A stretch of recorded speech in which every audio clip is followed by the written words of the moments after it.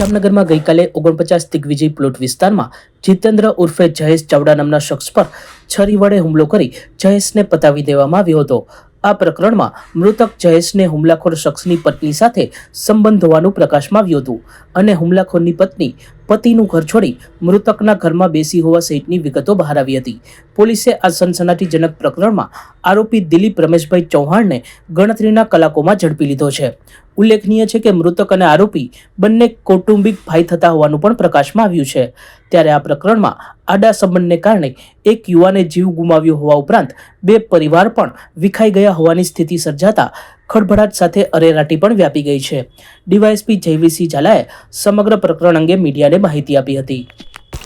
જામનગરના શંકરટેકરી વિસ્તારમાં ગઈકાલે જે મર્ડરનો બનાવ બનેલો હતો તેમાં ભોગ બનનાર જીતેન્દ્ર જગદીશભાઈ ચાવડા એનું મૃત્યુ થયેલું હતું અને આ બનાવમાં એમના પિતા દ્વારા Jamnagar city C division police સ્ટેશનમાં ફરિયાદ આપવામાં આવેલી હતી મર્ડરની, જેને અનુલક્ષીને સીટીસીના ડિસ્ટ્રિક્ટ દ્વારા આ કામના જે આરોપી છે જેનું નામ છે દિલીપભાઈ રમેશભાઈ ચૌહાણ, એને ગઈકાલે શોધખોળ કરી અને આજે એને અટક કરવામાં આવેલો છે।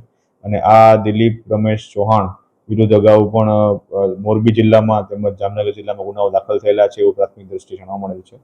બનાવનું મુખ્ય કારણ એવું છે કે જે આ આરોપી છે દિલીપ, એની પત્ની જે છે એ થોડા મહિનાઓથી આ જે વિક્ટિમ છે જીતેન્દ્ર એની સાથે રહેતા હોવા અને જે બાબતે બંને વચ્ચે અગાઉ પણ બોલાચાલી થયેલી હોય અને આના મન દુઃખ રાખી અને આ બનાવ બનેલો હોવાનું પ્રાથમિક દ્રષ્ટિએ જાણવા મળેલું છે। આ બનાવમાં આની સાથે આરોપી દિલીપ સાથે બીજું અન્ય વ્યક્તિ હતા કે કેમ અથવા તો બીજા કોઈનું મદદગારી કે મેલાપીપણું છે કે કેમ તે બાબતની તપાસ હાલ ચાલુ છે અને આ આરોપીને હસ્તગત અરેસ્ટ કરી અને પોલીસ કસ્ટડીના રિમાન્ડ માટેની કાર્યવાહી ચાલુ છે।